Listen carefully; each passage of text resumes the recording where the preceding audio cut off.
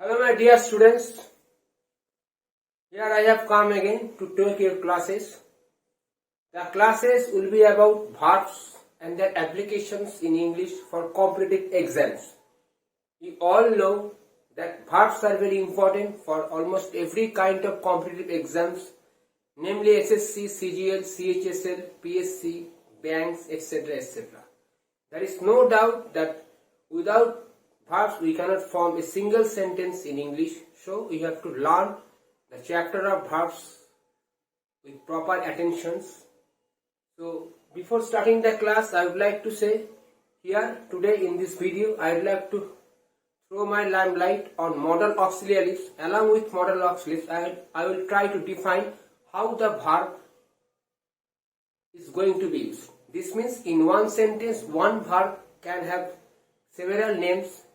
So this is the magic of verbal application in English sentences. So here I would like to discuss all this in this video. So kindly keep watching my videos, subscribe to my channels and also press the notification bell icon for more videos. If you have any queries regarding any answer or any analysis, you can easily satisfy your queries in the comment box. I will try to help you out to the best of my abilities. See here I would like to start my class. Kindly have a close eye on the board. Now there are many kinds of modal auxiliary verbs in English. Even modal auxiliary verb can also be broken into some categories. One of them is called semi-modal auxiliary verb. It's a different chapter. Suppose can is a vital modal auxiliary verb. It is called a modal auxiliary verb. Again I am repeating, it is called a modal auxiliary verb.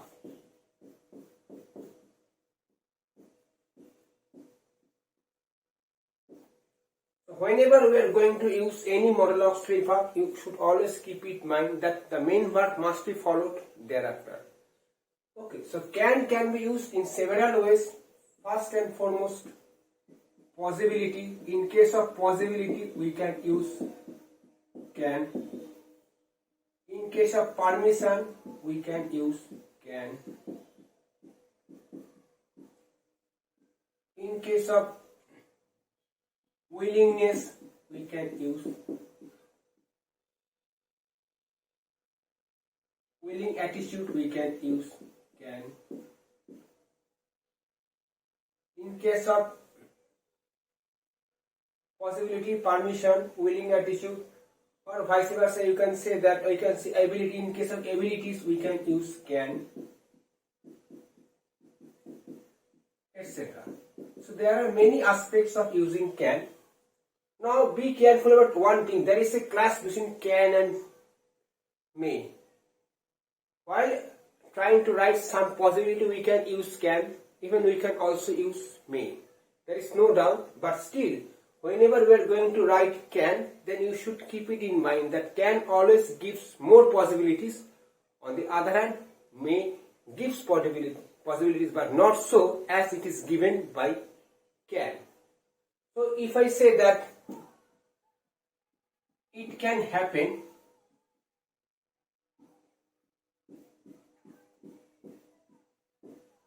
and if I say it may happen, both are equally correct in case of English grammar. But here can gives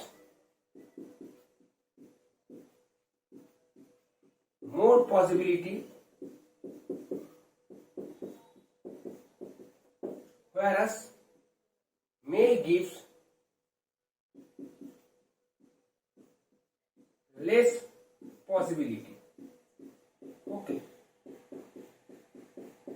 So again I am repeating, can symbolizes more possibilities. On the other hand, may symbolizes less possibilities. But this does not mean the sentence is incorrect. So here is a basic difference between can and may. Still, in case of permission, the same case is applied. If we talk about permission,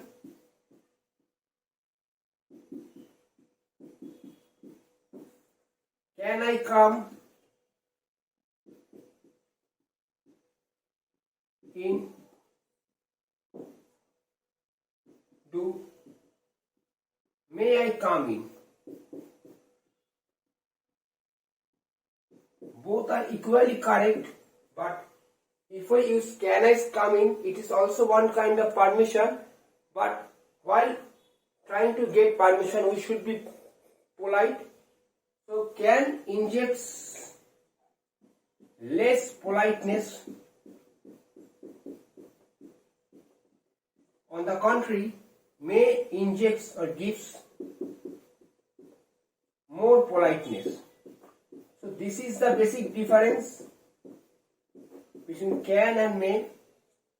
So if in one sentence you can use can I come in the same sentence you can use may I come in.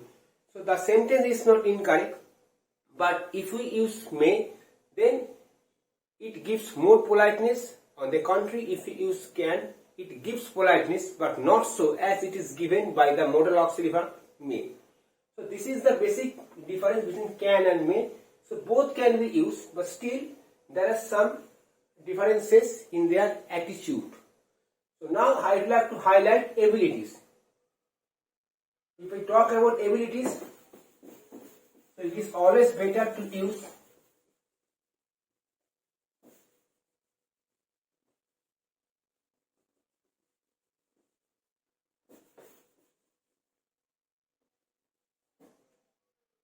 can. Suppose ability, in case of abilities, what can happen? I can do it. Here I can do it, this means I have the ability to do it. So here can symbolizes abilities or potentiality, you can say. So in this way you can use can, in this way you can use may. So may, if you talk about abilities, may does not define any kind of abilities in general. But willing attitude, what that means, it will, I want to do something, willing attitude. Suppose I should say that I am giving another examples, that the person can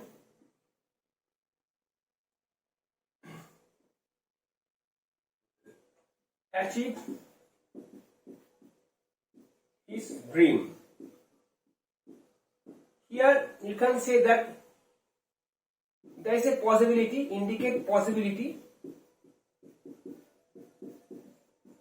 Here indicates less possibility, more possibility, not less, more.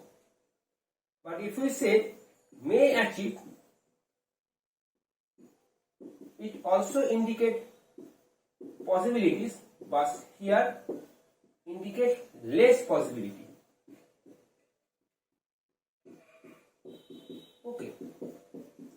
So in this way we can use can, in this way we can use may in the same sentence. So willing attitude, in this way we can also use the same structure, willing attitude, what we can do, what we are wishing to do, something like that. So this is the basic difference between can and may, but still we have to learn it properly, otherwise we will make a big confusion, we will have a big confusion in the exam hall. Now I would like to throw light on the use of should. How would you like to use should?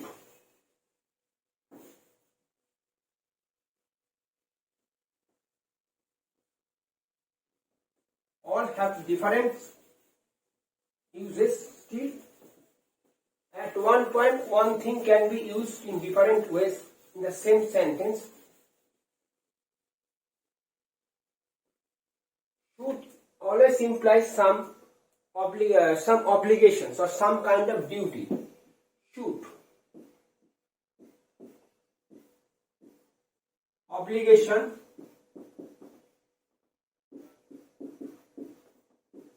Duty.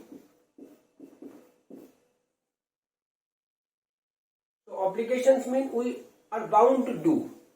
Suppose they should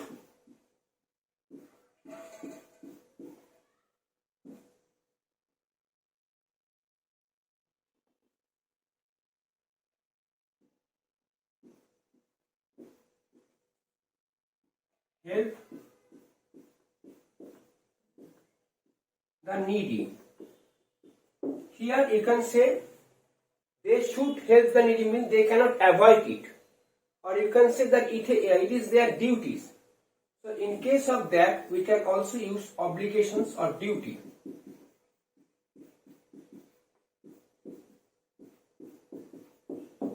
Even while forming question, we can also use should, something like that, while forming questions.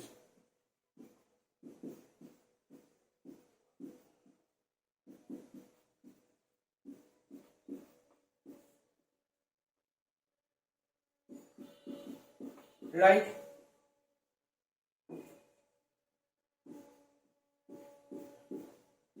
Should they go there for a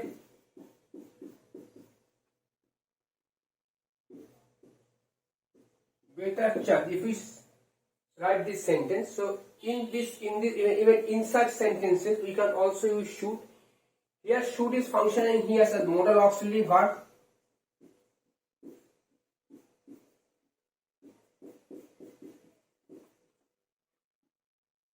It is functioning as a subject.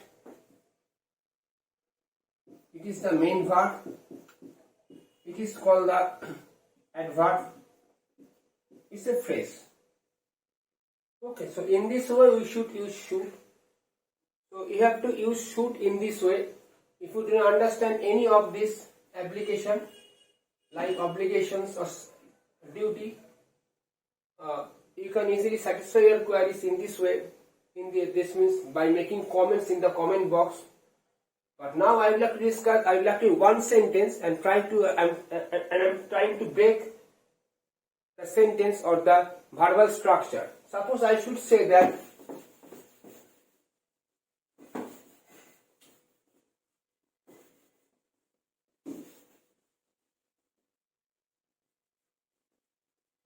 so it is not about just modal auxiliary, but it is all about the verb. Suppose I say the man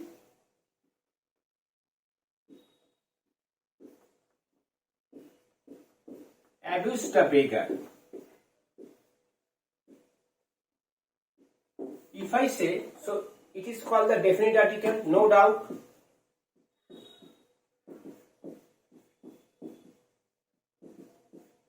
It is called the subject. Now here I would like to break the verb. We can say it is the main verb. We can say that it is the transitive verb. Even we can say it is the monotransitive verb.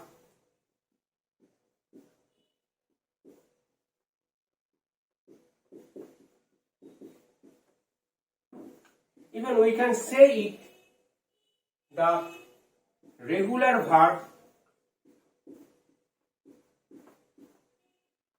Even we can say it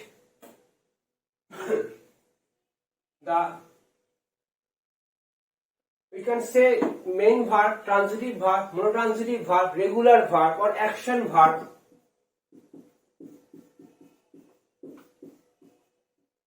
Or dynamic verb. So this is the overall, and there are many more names. So in one sentence, one verb may have different names. So this is English and the magic of English. So here the man is functioning here as a definite article. Guy is functioning here as a definite article, not man. Man is functioning as a subject, subjective class or common noun. It is functioning as the main verb. It is another definite article. And beggar is functioning as an object. So abuse can be considered as main verb or transitive verb or monotransitive verb or regular verb or action verb or dynamic verb or vice versa. So in this way you have to learn verb properly. Otherwise, you will make a big confusion over all this. So, if you have any problem regarding this breakup, you can satisfy your queries in the comment box. I will be trying my best to help you out from your confusion. Now, I would like to write another sentence. The sentence may clear your confusion.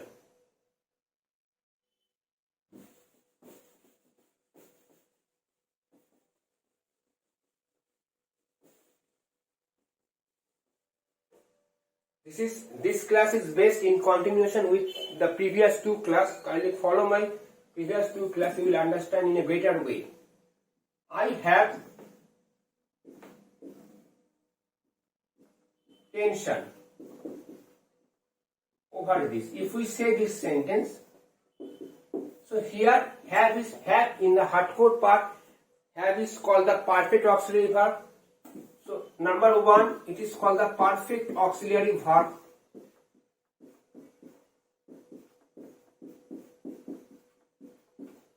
But here it is functioning here as the main verb, as there is no other verb. As it is also indicated by some kind of state or condition, we can also say it is the state verb or stative verb. So in this way we can break, and there are many names of the same verb. So we have to learn verbs in this way. That means have can be used here. Actually it is functioning as a main verb or prime verb or root verb or principal verb or matrix verb, vice versa. Perfect auxiliary verb is another name, but here it is not functioning as a perfect auxiliary verb. Even stative verb, it indicates some kind of state. What kind of state? Tension is the state. Even in option number 4, we can say it is the linking verb.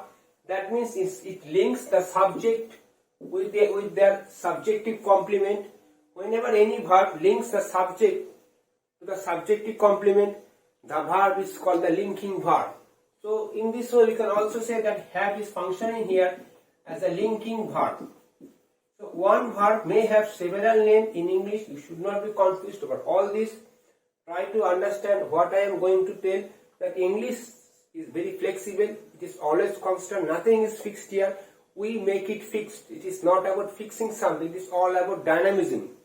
So constant dynamism in going on about the subject. Try to hold up onto the dynamism. Try to go on with the flow of its dynamism. Then you will learn properly. Then you will have enough confidence to be successful in the exam. So if you have any queries regarding my class for the day, you can satisfy your queries in the comment box.